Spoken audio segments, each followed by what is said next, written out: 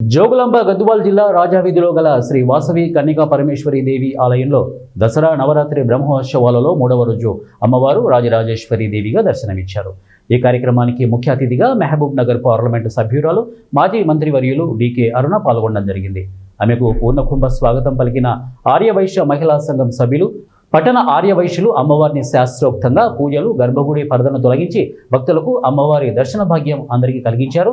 ఆర్యవైశ్య మహిళలతో ఆమె కుంకుమార్చన, బంగారు, తామ్ర పుష్పాలచే అర్చన చేయడం జరిగింది. ఈ సందర్భంగా ఆమె మాట్లాడుతూ ఆర్యవైశ్యులు ఎంతో అదృష్టవంతులు, ప్రతి నిత్యం అమ్మవారిని ఏదో ఒక రూపంలో కొలుచుకుంటారని ఆమె కొనియాడారు.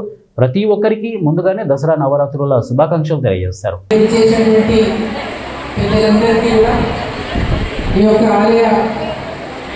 కమిటీ సభ్యులందరికీ, అదేవిధంగా నాతో పాటు చేసినటువంటి నాతోటి మా భారతీయ జనతా పార్టీ కార్యకర్తలందరికీ, మరి కలిసి చేసినటువంటి అక్క చెల్లెళ్లకు, వారితో పాటు వారి కుటుంబ సభ్యులకు అందరికీ కూడా నమస్కారాలు తెలియజేస్తా ఉన్నాను. లాస్ట్ టైం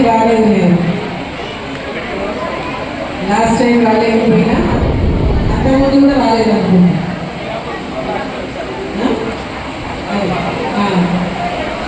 మహబూబ్నగర్లో అప్పుడు సో మళ్ళీ ఈరోజు మనందరూ కూడా కలుసుకున్నందుకు చాలా సంతోషంగా. శరణవరాత్రి సందర్భంగా ప్రతి సంవత్సరం మా వీళ్ళని వచ్చి బొమ్మలో ఏదో వేరే రోజు వచ్చి పాల్గొనుకుంటాను. మరి ఈసారి మళ్ళీ పాల్గొనడానికి అవకాశం అంటే నన్ను ఆహ్వానించినటువంటి మరి కమిటీ సభ్యులు రాము గారు, మరి కమిటీ సభ్యులందరూ కూడా అందరి నా యొక్క ధన్యవాదాలు తెలియజేస్తా ఉన్నా. ఈరోజు అమ్మవారు రాజరాజేశ్వరి అలంకారంతో మనందరినీ కూడా ఆశీర్వదించింది.